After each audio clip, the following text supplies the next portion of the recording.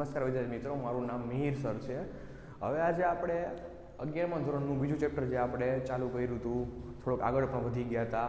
Brief introduction મેળવ્યું, પછી કોષ્ટક ભણ્યા, ત્રિક્ષેત્રીય વર્ગીકરણ ભણ્યા, પછી આપણે અલગ અલગ સૃષ્ટિમાં પ્રોટિસ્ટા જે બાકી છે અત્યારે. આની પહેલાં જે મોનેરા સૃષ્ટિ હતી, મોનેરા સૃષ્ટિ આખી આપણે પૂરી કરી. એનામાં જેટલા સમાવેશી સભ્યો હોય, ઓકે, એના પ્રકાર હતા અલગ અલગ, એ આપણે આખું પૂરું કર્યું. તો હવે આપણે પ્રકરણમાં થોડાક આગળ વધીએ, અને જો આગળના પ્રશ્નમાં કે આગળના કોઈ પણ કંઈ ટોપિકમાં કાંઈ પણ પ્રશ્ન હોય તો કોમેન્ટમાં જણાવો, અથવા તમારી બધા પાસે મારો કોન્ટેક્ટ નંબર છે જ, એ કોન્ટેક્ટ નંબરમાં તમે મને વોટ્સઅપ કરી શકો છો, અથવા તો મને ડાયરેક્ટ ફોન પણ કરી શકો છો.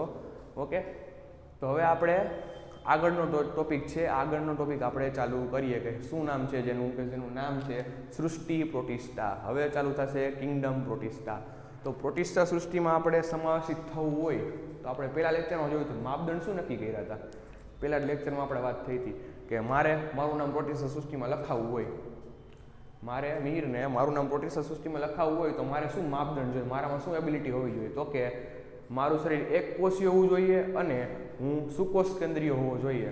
ઓકે, એટલે હું તો સમાવેશિત ન થઈ શકું. ઓકે, પણ આપણે આ તો તમને ખ્યાલ આવે એટલા માટે કે જો પ્રોટિસ્ટા સૃષ્ટિમાં કોઈ સજીવને સમાવેશ કરવાનો હોય તો એમાં એની ખાસિયતો શું હોય, એનો માપદંડ શું હોય, તો કે એ એક કોષીય હોવો જોઈએ અને હંમેશા સુકોષ કેન્દ્રીય રચના એટલે કે સુસ્પષ્ટ કોષ કેન્દ્ર ધરાવતો હોવો જોઈએ. તો આપણે શરૂ કરીએ. સૃષ્ટિ પ્રોટિસ્ટા. સૃષ્ટિ પ્રોટિસ્ટા છે તો સૌ પ્રથમ પહેલો પોઈન્ટ.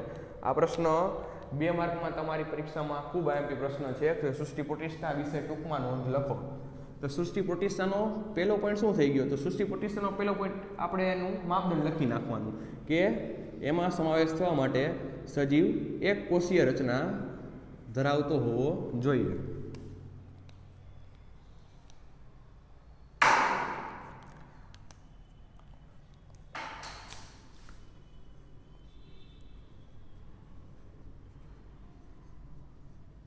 એક કોષીય રચના ધરાવતો હોવો જોઈએ તથા તે સુકોષ કેન્દ્રીય હોવો જોઈએ. સુકોષ કેન્દ્રીય કે જેનામાં સ્પષ્ટ કોષ કેન્દ્ર જોવા મળતું હોય. કે જો આપણે આટલો સમાવેશ કોઈ આપણે પ્રોટિસ્ટાનો સમાવેશ કરવો હોય તો સુકોષ કેન્દ્રીય અને એક કોષીય રચના હોવી જોઈએ. ઓકે, આટલું આપણે થઈ ગયું ક્લિયર કે ભાઈ આમાં સમાવેશ કરવા માટે આટલી આપણે વસ્તુ જોશે. તો આ જે સજીવો હતા ને મેં તમને આગળ વાત કરેલી હતી કે કોઈ પણ સજીવ જો પ્રાણી સૃષ્ટિમાં ન મૂકી શકાય કે વનસ્પતિ સૃષ્ટિમાં ન મૂકી શકાય ને તો એને બધા પ્રોટિસ્ટા સૃષ્ટિમાં નાખી દેતા. કારણ કે આને garbage of the classification system એટલે કે આપણી જે વર્ગીકરણ પદ્ધતિ છે એની કચરા પેટી માનવા આવતી, કાંઈ ભેગું ન થાય ને તો આમાં નાખી દે. તો આનો બીજો પણ શું લખવાનો કે સૃષ્ટિ પ્રોટિસ્ટાની કોઈ સીમા રેખા નક્કી હતી નહીં, એટલે કે સીમા રેખાનો અભાવ હતો. સીમા રેખાનો અભાવ.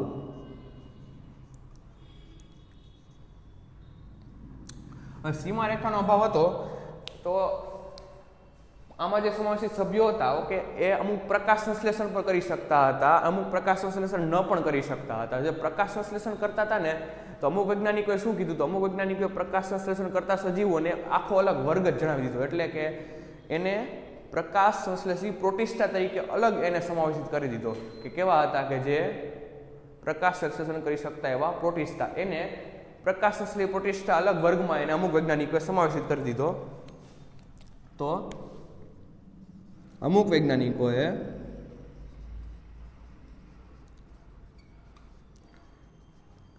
પ્રકાશ સંશ્લેષણ કરતા સજીવોને પ્રકાશ સંશ્લેષી પ્રોટિસ્ટા તરીકે ઓળખાવ્યા. અને અમુક વૈજ્ઞાનિકો હતા કે જે એવું માનતા હતા કે ભાઈ પ્રકાશ સંશ્લેષણ કરે છે તો આપણે એને પ્રોટિસ્ટાને આપણે એને વનસ્પતિ કહીએ. તો એને અમુક વૈજ્ઞાનિકો એને કીધું વનસ્પતિ તરીકે ઓળખા. એટલે કે આમાં ડખો હાલતો જ રહ્યો. આ સૃષ્ટિમાં ક્યારેય કોઈ વાત ચોક્કસ સ્પષ્ટ જણાવવામાં આવતી નહોતી, એટલે આવું બધું હાલતું જ હતું. એમાં વનસ્પતિ અમુક વૈજ્ઞાનિકો વનસ્પતિ તરીકે ઓળખ્યા અને અમુક વૈજ્ઞાનિકોને પ્રકાશ સંશ્લેષી પ્રોટિસ્ટા તરીકે આખો અલગ વર્ગ જાહેર કરી દીધો કે ભાઈ આ પ્રોટિસ્ટા અલગ આખો વર્ગ છે. આવું શું કામ? આવું શું કામ થતું હતું? શું કામ? તો કે આનો કેરેક્ટર, આના જે લક્ષણો હતા એ જોડતી કડી જેવા લક્ષણો હતા. તો કઈ રીતે? તો કે એમાં જો આપણે વનસ્પતિ સૃષ્ટિની વાત કરીએ તો કે વનસ્પતિ, પ્રાણી અને ફૂગ, આ ત્રણ સૃષ્ટિ હતી. આ ત્રણેય સૃષ્ટિના જોડતી કડી જેવા લક્ષણો ધરાવતા હતા. એટલે વૈજ્ઞાનિકોને હંમેશા એને તકરાર વૈજ્ઞાનિકો વચ્ચે હાલતી. કઈ રીતે? જો કે તો કે આના લક્ષણો કોઈક વાર પ્રાણી અને વનસ્પતિ વચ્ચેના લક્ષણો જોવા મળતા, કોઈ વાર પ્રાણી અને ફૂગ વચ્ચેના લક્ષણો જોવા મળતા, કોઈ વાર વનસ્પતિ અને ફૂગ વચ્ચેના લક્ષણો જોવા મળતા. એટલે કે આના લક્ષણો જોડતી કડી જેવા લક્ષણો જોવા મળતા હતા, જેના કારણે વૈજ્ઞાનિકોને હંમેશા તકરાર ઊભી રહેતી કે આને આમાં સમાવેશિત કરવી અને આને સમાવેશિત કરવી. તો આપણે પોઈન્ટ લખવાનો કે જોડતી કડી જેવા લક્ષણો હતા.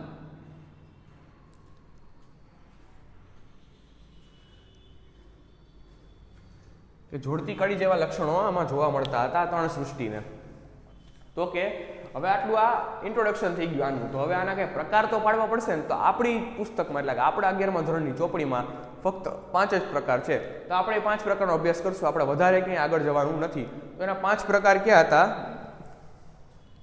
તો કે એનો પહેલો પ્રકાર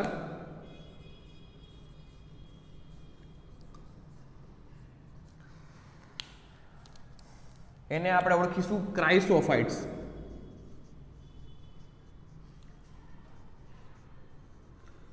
ક્રાઇસોફાઇટ્સ એનો પહેલો પ્રકાર છે. પછી એનો બીજો પ્રકાર છે ડાયનોફ્લેજલેટ્સ.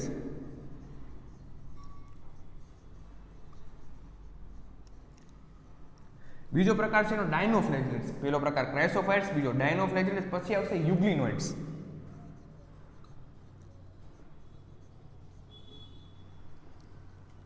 પછી આવશે સ્લાઇમ મોડલ્સ.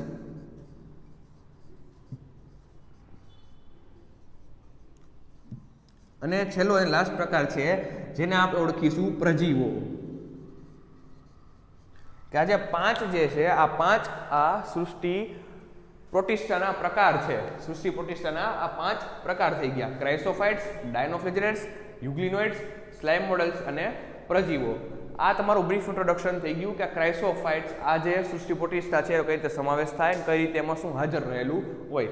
હવે સૃષ્ટિ પ્રોટિસ્ટાનો આપણે દેહ પ્રકાર એટલે કે આપણે કોષ રચના જોઈએ તો સૃષ્ટિ પ્રોટિસ્ટાની કોષ રચનાનો આપણે અભ્યાસ કરીએ તો એ સ્પષ્ટ કોષ કેન્દ્ર ધરાવતું હોય. આગળ જેમાં સમાવેશિત થાય માપદંડ મુજબ કે સ્પષ્ટ કોષ કેન્દ્ર તેમાં જોવા મળતું હોય તથા તેમાં હલનચલન માટે સૃષ્ટિ પ્રોટિસ્ટામાં હંમેશા કશા અને પક્ષમાં હાજર જોવા મળશે. તો કે હલનચલન માટે પક્ષમાં અને કશાની હાજરી જોવા મળશે તથા તેનામાં આ જો આપણે ઇવોલ્યુશન પ્રમાણે જોઈએ એટલે કે ઉદ્વિકાસ પ્રમાણે જોઈએ ને તો આ થોડાક ઉદ્વિકસિત થયેલા હતા, થોડોક વિકાસ આનો હતો. તો વિકાસ થયો તો એટલે એમાં શું જોવા મળશે? તો આના કોષની રચનામાં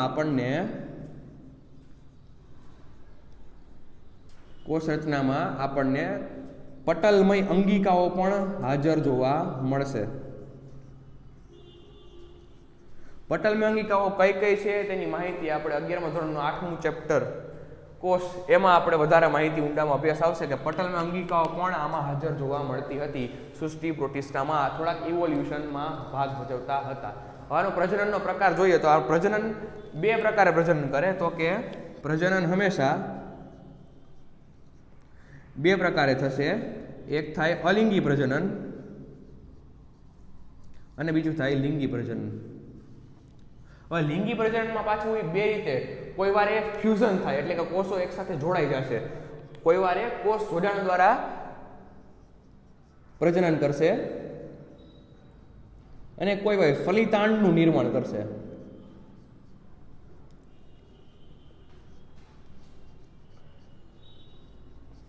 ઓકે, કોઈ વાર કોષ જોડાણ થાય એટલે કે 2 કોષો પાસે આવશે, 2 કોષો પાસે આવી અને પોતાના પ્રાથમિક ડીએનએ ઓકે પ્રાઇમરી ડીએનએ હોય એનો ફેરફાર કરશે અને પ્રાઇમરી ડીએનએ ફેરફાર કરતી નવો સજીવ ઉત્પન્ન કરશે એટલે કે કોષ જોડાણ દ્વારા લિંગી પ્રજનન કરશે અથવા ફલિતાંડનું નિર્માણ, ફલિત અંડનું નિર્માણ કરશે. જે તમારે આગળ આવશે ફલિતાંડનું નિર્માણ, એ આપણે વધારે નથી પડવું પણ યાદ રાખી લો કે ફલિતાંડનું નિર્માણ કરશે અને અલિંગી પ્રજનનમાં ઘણા બધા પ્રકાર દ્વારા એ પ્રજનન કરી શકતું હોય. ઓકે, તો આ થઈ ગયું સૃષ્ટિ પ્રોટિસ્ટાનું તમને ઇન્ટ્રોડક્શન મળી ગયું. આ પ્રશ્ન 2 માર્ક માટે ખૂબ આઈએમપી છે.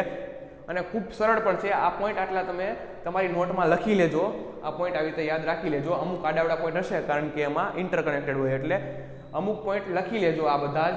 ઓકે, અને તમારે આ પ્રશ્ન લખી નાખવાનો છે. હવે આના પછી ચાલુ થશે ક્રાઇસોફાઇટ્સ. ઓકે, આના પછી ચાલુ થાય ક્રાઇસોફાઇટ્સ. તો ક્રાઇસોફાઇટ્સ વિશે આપણે માહિતી હવે મેળવીએ.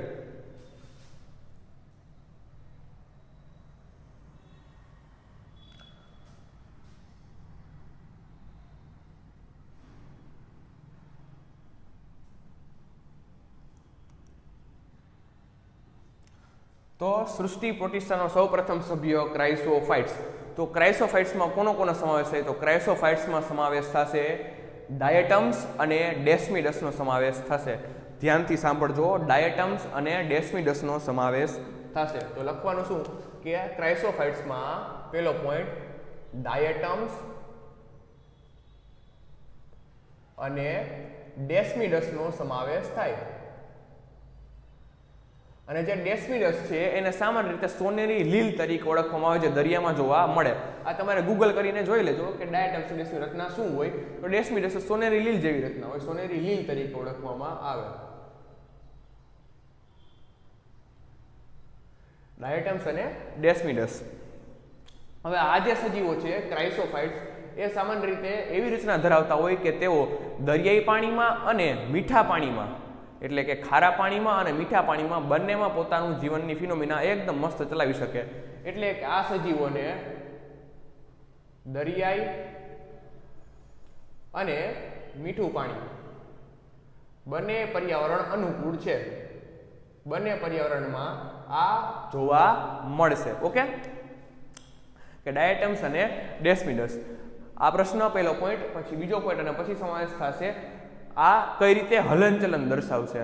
હલનચલન બધામાં આપી હોય, હલનચલન બધી જરૂરી પડશે. તો હવે જોઈએ હલનચલન. તો હલનચલન એ સામાન્ય રીતે પાણીનો જે પ્રવાહ હોય, પાણી હંમેશા એક પ્રવાહમાં એક સાઈડ અથવા ગમે સાઈડ પવનને પ્રમાણે પ્રવાહ એનો જાતો હોય. તો કે એ પાણીના પ્રવાહ દ્વારા નિષ્ક્રિય રીતે તરતા હોય, પાણીના પ્રવાહ દ્વારા નિષ્ક્રિય રીતે તરતા હોય, એટલે કે પાણીનો પ્રવાહ જે રીતે જાય એ રીતે નિષ્ક્રિય રીતે પાણીના પ્રવાહ ભેગા ચાલશે. અને સામાન્ય રીતે આ પ્લવકો કહેવાય. સામાન્ય રીતે આ પ્લવકો તરીકે ઓળખવામાં આવે. પ્લવકો એટલે પ્લાન્કટન્સ, પ્રવકો તરીકે ઓળખવામાં આવે. હલનચલન કઈ રીતે કરે? પાણીના પ્રવાહ દ્વારા નિષ્ક્રિય વહન પામતા હોય. ઓકે, હવે જે ડાયટમ્સ છે ને, ડાયટમ્સ એ સામાન્ય રીતે દરિયાના મુખ્ય ઉત્પાદકો તરીકે ઓળખવામાં આવે. દરિયામાં મુખ્ય ઉત્પાદકો ક્યાં હોય? તો કે ડાયટમ્સ. એટલે કે આના પર ઘણા સજીવો આધાર રાખતા હોય. અમુક જે નિમ્ન કક્ષાના ડાયટમ્સ ઉત્પાદકો હોય એની ઉપર જે પ્રાથમિક ઉપભોક્તા હોય એ આના ઉપર આધાર રાખતા હોય, એના ઉપર દ્વિતીય ઉપભોક્તા, એના ઉપર તૃતીય ઉપભોક્તા આધાર રાખતા હોય. તો કે જે પ્રાથમિક ઉત્પાદકો હોય, આપણે આપણી સિસ્ટમ જોઈએ, સ્થળજ સિસ્ટમ, સ્થળજ નિવસન તંત્ર તમે ભણ્યા 10મા ધોરણમાં. સ્થળજ નિવસન તંત્ર જોઈએ તો ઉત્પાદકો કોણ હતા? તો કે વનસ્પતિ હતા. આપણા પ્રાથમિક ઉત્પાદકો વનસ્પતિ હતા, પરંતુ આમાં પ્રાથમિક ઉત્પાદકો ડાયટમ્સ હશે. એટલે કે આ પોઈન્ટ એમ બી થઈ ગયો આપણા માટે કે દરિયાઈ પ્રાથમિક ઉત્પાદકો તરીકે વર્તશે. ઓકે, આ પોઈન્ટ યાદ રાખજો, દરિયાઈ પ્રાથમિક ઉત્પાદક તરીકે એ વર્તશે. હવે આની રચનાનો આપણે અભ્યાસ કરીએ. રચના કેવી હોય આની? તો કે આની રચના ખૂબ જ કડક હોય. કડક એટલે કે આની ઉપર, ડાયટમ્સની ઉપર આપણે સાબુનું તમે બોક્સ જોવો ને, સાબુનું જો બોક્સ કે બાકસ જોવો તો એની ઉપર કવચ, પાતળું કવચ આવેલું હોય ને, એવી પાતળા કવચ, બે આછા પાતળા કવચ આના ઉપર આવેલા હોય. ઓકે, કેવા કે બે પાતળા આચ્છાદિત કવચ આની ઉપર સાબુના બોક્સ જેવી રચના ધરાવતા હોય.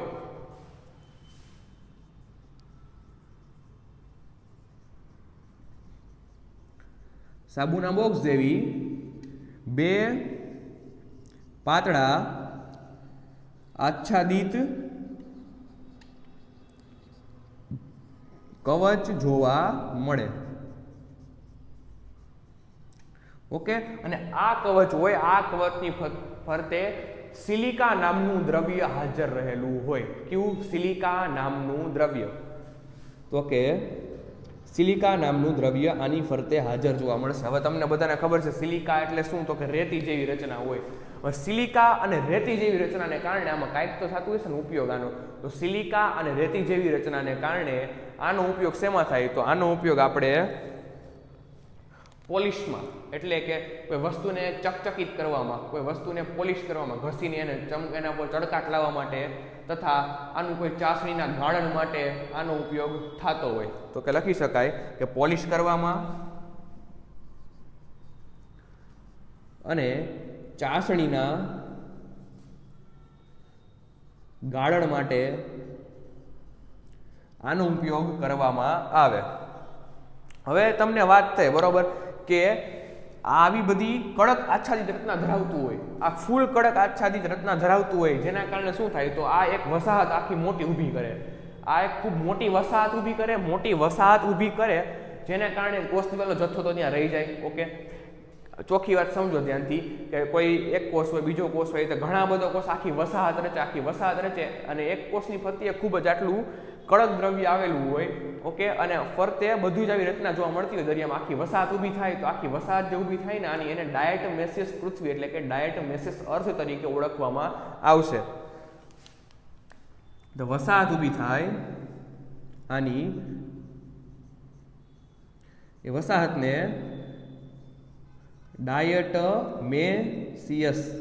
ડાયટમેસિયસ પૃથ્વી તરીકે ઓળખવામાં આવે. આને જ કારણે રેતી જેવી રચના થાય, રેતી જેવી રચના થાય અને એને કારણે આ પોલિશ ચાસણી ગાળણ વગેરે પ્રક્રિયામાં આનો ઉપયોગ થાય, કારણ કે આ રેતાળ રચના ધરાવતી હોય. તો આ સુધી આ ક્રાઇસોફાઇટ્સ વિશે માહિતી મળી ગઈ તમને. આપણે 2 માર્કનો પ્રશ્ન સૃષ્ટિ પ્રતિષ્ઠા વિશે ટૂંકમાં નોંધ લખો, ક્રાઇસોફાઇટ્સ વિશે ટૂંકમાં નોંધ લખો. આ પણ તમારે 2 માર્કનો પ્રશ્ન થઈ જાય છે. ઓકે, હવે આના પછી આવશે તો કે ડાયનોફ્લેજલેટ્સ.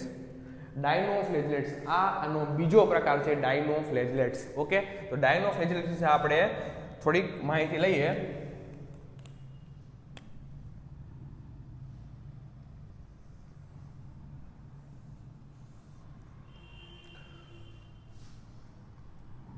ડાયનોફ્લેજલેટ્સ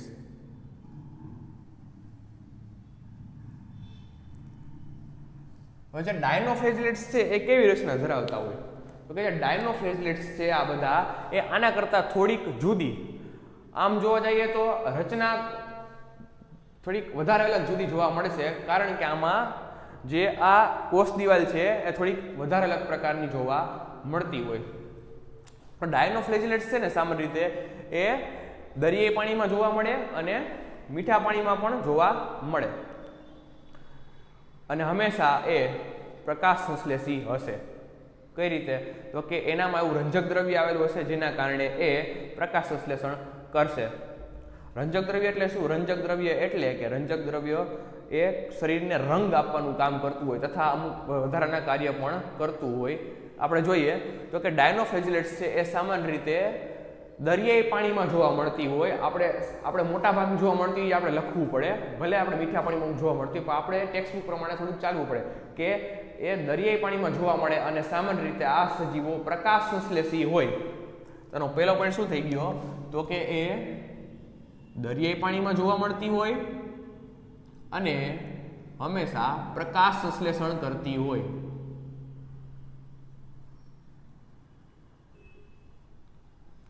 દરિયાઈ પાણીમાં જોવા મળે અને પ્રકાશ સંશ્લેષણ દર્શાવતી હોય. હવે આનામાં રંજક દ્રવ્યની હાજરી જોવા મળે. રંજક દ્રવ્યની હાજરીના કારણે આમાં કલર અલગ અલગ આવતા હોય. અલગ અલગ કલર આવે એના કારણે જેને ડાયનોફ્લેજલેટ્સ તરીકે ઓળખવામાં આવે. ખબર પડે કે ભાઈ આ ડાયનોફ્લેજલેટ્સ છે તો કે લખવાનું રંજક દ્રવ્ય ના કારણે આને રંગ પ્રદાન થતો હોય. અને કયા કયા રંગમાં જોવા મળે? તો કે 5 પ્રકારના રંગ જોવા મળશે. તો કે એમાં લીલો, રાતો, બદામી, વાદળી અને બીજો તમારી ટેક્સ્ટબુકમાં જે પીળો વધારે વધીને પીળો રંગ જોવા મળતો હોય. આ 5 પ્રકારના રંગ જોવા મળશે. શેમાં? ડાયનોફ્લેજલેટ્સમાં. જેના કારણે આપણે ઓળખી શકાય કે ભાઈ આ ડાયનોફ્લેજલેટ્સ છે. પાછી આપણે વાત કરીએ હલનચલનની. હલનચલન કઈ રીતે દર્શાવે? તો આમાં પણ હલનચલન માટે બે કશા હાજર હોય. આમાં તમને કીધું કે પક્ષમાં ને કશા હાજર હોય હલનચલન માટે, પણ આમાં હલનચલન માટે બે કશા હાજર હોય. તો લખવાનું હલનચલન માટે આમાં બે કશાની હાજરી જોવા મળે. તે પૈકીની એક કશા જે છે એમાંથી એક કશા એ સામાન્ય રીતે લોન્જિટ્યુડનલ એટલે કે એના શરીરમાં આયામ રીતે ગોઠવાયેલી હશે, સીધી આયામ રીતે ગોઠવાયેલી હશે. એક કશા આયામ રીતે ગોઠવાયેલી જોવા મળે, જ્યારે બીજી કશા તેની જે કોષ દિવાલ છે, આગળ જોઈએ કે કોષ દિવાલ હોય એની કોષ દિવાલની તકતીની વચ્ચેથી એક કશા નીકળતી હોય.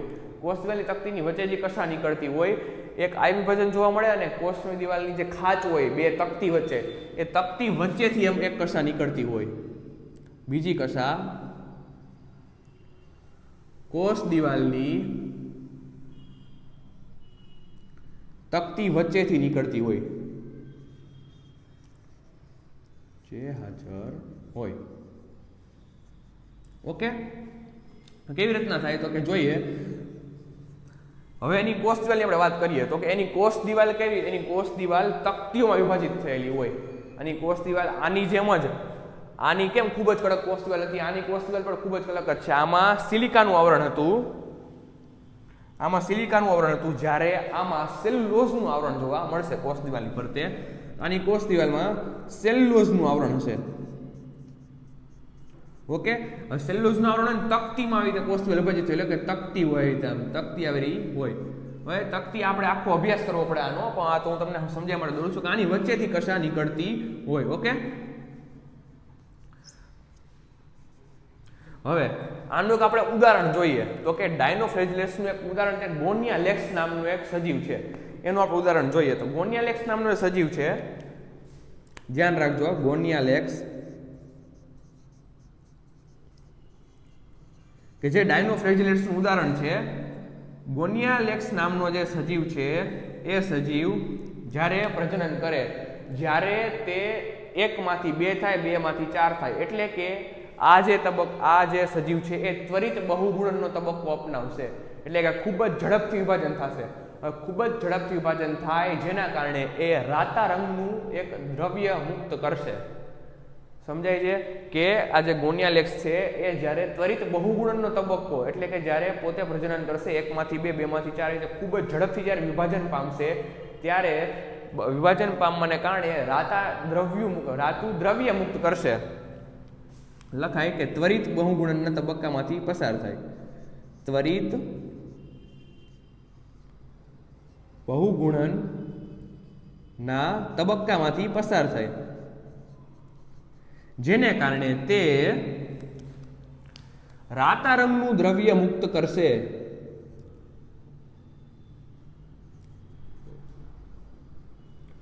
હવે જો આ રાતા રંગનું દ્રવ્ય મુક્ત કરે ને, એને કારણે શું થાય? રાતા રંગનું દ્રવ્ય મુક્ત કરવાને કારણે જ્યારે ભરતી ઓટ એટલે કે આપણી તરફ જ્યારે દરિયાઈ મોજું જ્યારે આપણી તરફ આવે ને, એ મોજું આપણને રાતાશ પડતું દેખાય. હવે એ શું કામ હોય? કારણ કે ગોનિયા લેક્સ ત્વરિત બહુગુણન કરતું હોય, એના કારણે મોજું આપને કે દરિયાની ઓટ જે ભરતી છે આપણને દેખાય, થોડીક રાતા રંગની આપણને જોવા મળશે. ઓકે, આનું કારણ યાદ રાખવું પડશે તમારે. 1 માર્કમાં પૂછી શકે, અને આખો પ્રશ્ન 2 માર્કમાં તમારે આઈએમપી, મોસ્ટ આઈએમપી, આ પ્રશ્ન 5 પ્રશ્ન તો આગળના જે પ્રકાર છે બધા જ 2 માર્કમાં આઈએમપી તમારે છે 100%. આમાંથી એક તો હોય. તો આ રાતા રંગનું જે દ્રવ્ય મુક્ત કરતું હોય, રાતા રંગનું દ્રવ્ય મુક્ત કરે. હવે કાંઈક નુકસાન કરે, શું કરે? તો કે જે રાતા રંગનું દ્રવ્ય હોય ને એ વિષને ઝેર તરીકે વર્તે. રાતા રંગનું દ્રવ્ય વિષને ઝેર તરીકે વર્તે ને, તો દરિયા હોય, દરિયો છે, તો દરિયામાં ફક્ત આ જ હાજર નથી, દરિયામાં નાની માછલીઓ પણ હાજર છે, દરિયામાં નાના સજીવો હાજર છે, આગળ કીધું એમ પ્લાન્કટન્સ પણ છે. હવે આ વિષ કે ઝેર મુક્ત કરવાને કારણે શું થાય? તો કે આ વિષ કે ઝેર મુક્ત કરવાને કારણે દરિયાઈ સજીવોને નુકસાન થાય, અથવા તો દરિયાઈ સજીવોનું મૃત્યુ થાય. તો લખી શકાય કે વિષ કે ઝેર મુક્ત કરવાને કારણે દરિયાઈ સજીવો ને નુકસાન અથવા તો મૃત્યુ થાય, મૃત્યુ પામે. ઓકે, આ ક્યાં થયા?